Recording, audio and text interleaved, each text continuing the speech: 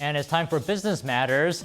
People are expecting to shell out some big bucks this Valentine's Day. According to the National Retail Federation, shoppers plan to spend an average of nearly $189 on the holiday. That's up by about $3 over last year. In total, consumers are expected to spend a record $27.5 billion on this year's Valentine's Day. The survey suggests the spending bump could be due to more people planning to celebrate the holiday. As for gifts, the most popular category this year is candy, followed by flowers, greeting cards, and an evening out. Scaling down, dragged down by Moderna. The biotech firm is phasing out some manufacturing of its COVID-19 vaccine. This is part of a larger cost-cutting effort. As a result, Moderna reported a bigger than expected quarterly loss.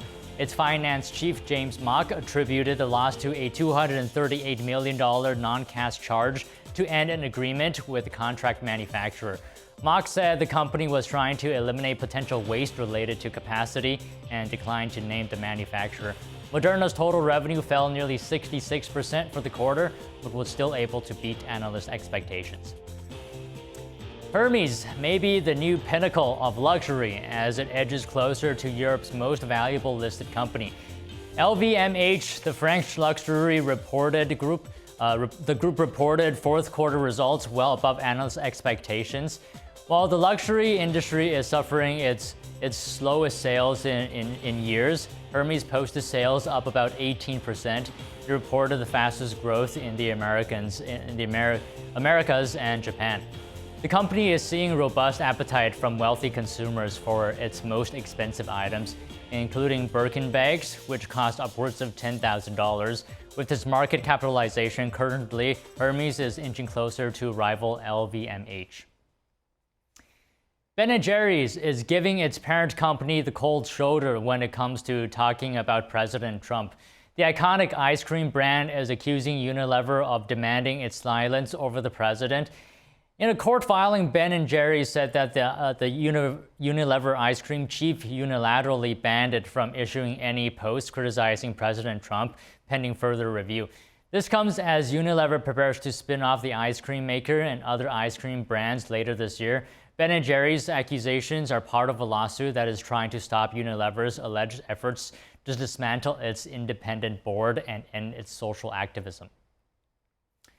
Intel stock climbed this week over a foundry frenzy. There are rumors that Intel has a potential collaboration in the works with Taiwan Semiconductor for its metal casting operations. Despite the buzz, Citi is maintaining a neutral rating for Intel. Citi analyst Christopher Danley found a few major hurdles in the potential foundry partnership.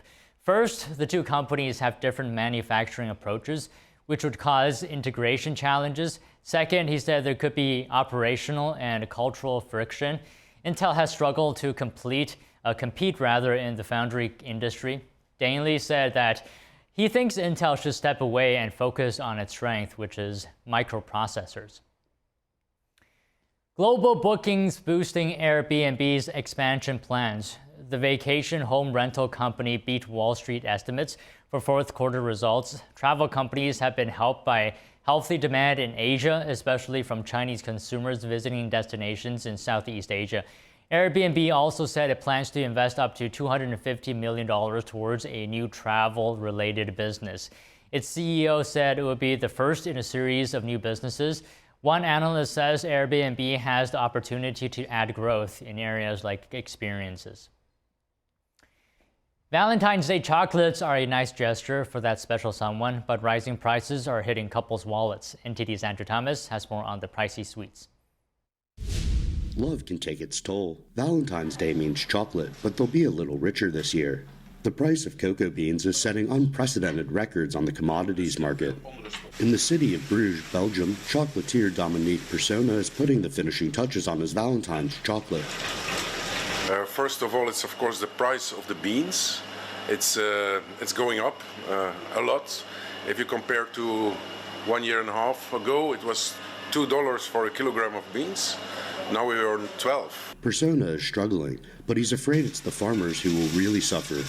I would say if the price will go to the farmers, because they do the real hard job in the world of chocolate and cacao, it would be no problem because it's already for years that they don't earn enough money for the job they do. There are a lot of transactions before cocoa beans get to Persona's shop. As a result, the price for his sweets are up 20% over the last year alone.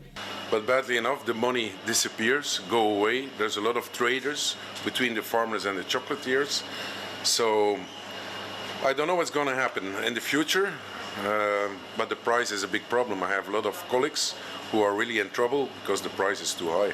Philippe de Cellier is the head of both Leonidas and Belgian Chocolate Federation Chopper Biscuit. He lists several factors driving up the price. There are three reasons for this. The first is that harvests have been less good than usual. The second is that some of the fields processed in Côte d'Ivoire and Ghana are a little older, and therefore produce less than usual. Fourthly, there is a lot of speculation. The result is extremely high cocoa prices. Cocoa stood at less than $2,000 a ton in the summer of 2022. Today it's around $10,000.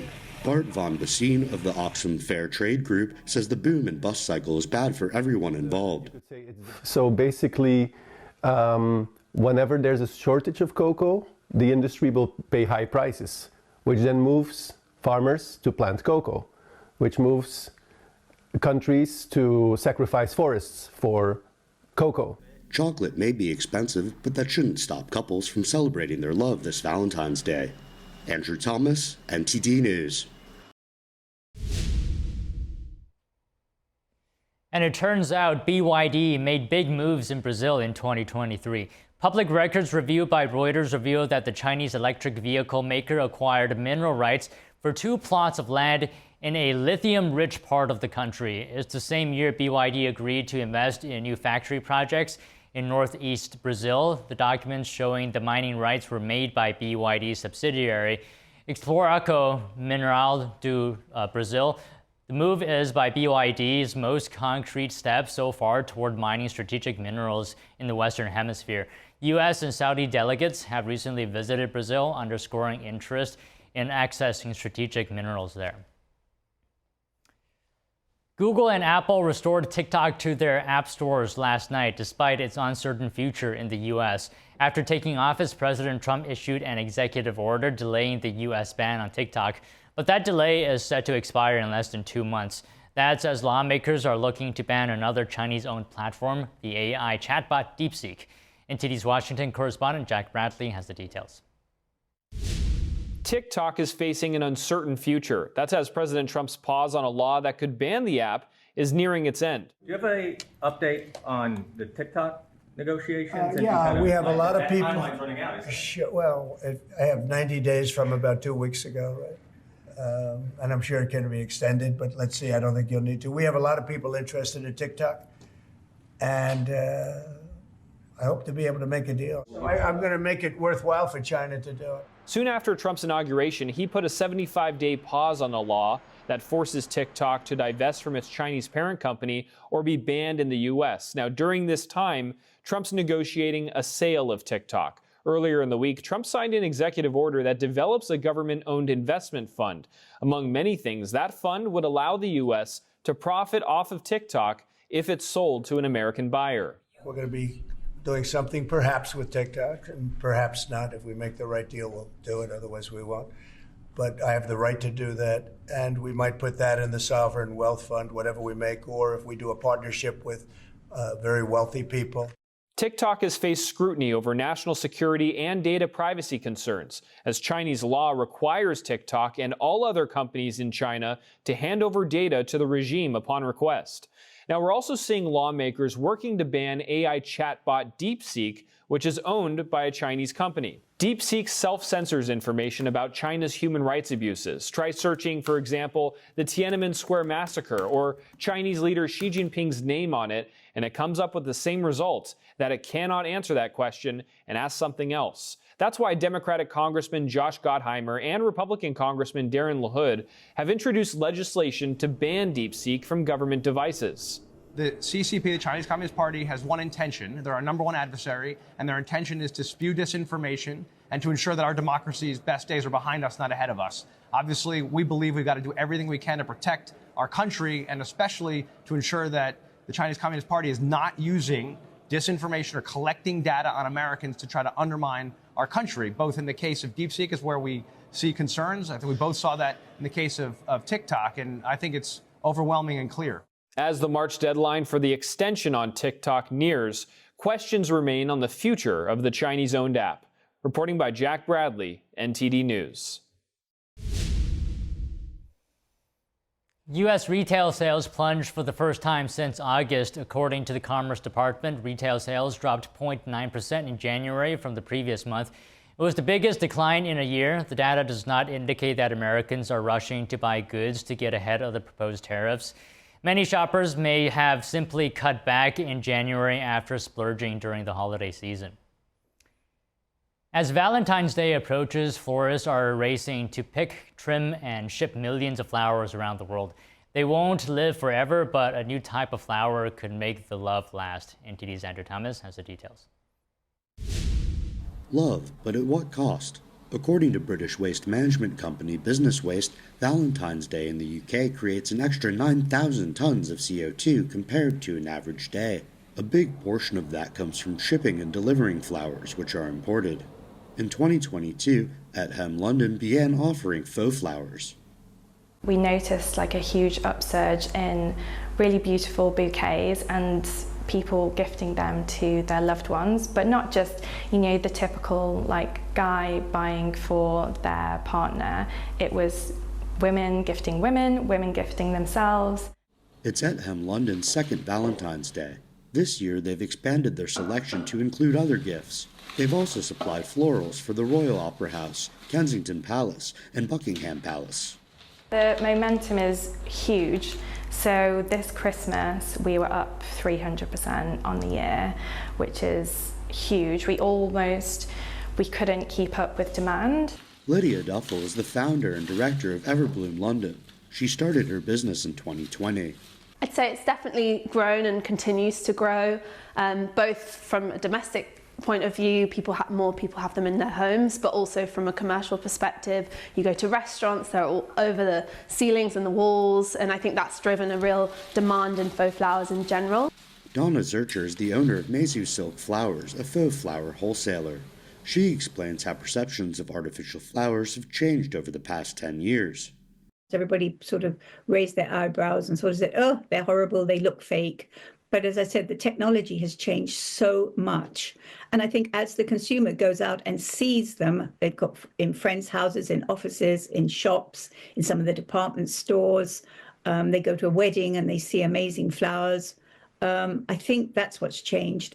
According to Grand View Research, the global artificial flowers market was estimated at $3 billion in 2024. Andrew Thomas, NTD News. Jeff Bezos' rocket company Blue Origin is laying off more than 1,000 employees. That's about 10% of its workforce. The cuts will affect engineers, researchers, developers, and as well as management. In the coming year, Blue Origin is planning to ramp up manufacturing and increase the pace of the company's launching rockets. Nearly 1 month ago, the company launched its first orbital rocket, New Glenn. Egg prices have skyrocketed over the last month and the last year as well. And in some places, they're hard to find at the grocery store. That's led to a surge in interest in backyard chickens, but they may not yield those golden eggs households want. Here's more. Birds of a certain feather are popular right now, and affiliate farmers of Pennsylvania-based Rent the Chicken are trying to keep up. They get whichever coop they want, however many chickens, a bag of feed. Rent the Chicken does exactly what the name implies, the delivery of a coop and a couple of chickens for customers to keep for 6 months and then return. 2 backyard chickens could deliver 8 to 14 eggs per week. People want the fresh eggs and a good experience. Empty grocery coolers, store-imposed limits, and egg surcharges at restaurants, the results of a nationwide avian flu outbreak that dates back to 2022. We continue to have outbreaks at egg farms, wipes out all the egg-laying hens, and so we get this sudden shock to supplies. According to Bureau of Labor Statistics data, the price of a dozen eggs jumped 15.2% between December and January and 53% over 1 year ago. David Anderson, professor of agricultural economics at Texas A&M, says backyard chickens may not yield the savings households want because of feed and upkeep costs, but could yield other rewards. From a dollars and cents standpoint, it probably doesn't work. But I think there's a lot of non-monetary benefits from this that people enjoy. The kind of you take some pride in producing this yourself. Kathy Shea Mormino calls herself the Chicken Chick, and her website is a compilation of things backyard chicken keepers need to know. They're not an animal that you just put in the backyard and take eggs out of the coop like a vending machine every day. Everything from knowing local zoning ordinances to coop placement to keeping avian flu out of a small flock. They require a fair amount of time and attention, and several times a day at a minimum, you need to check in on them, check in on their food and water, and collect eggs and close them up at night. Her bottom line, it's a long-term care commitment. And whether renting or owning, getting something out requires putting an investment in.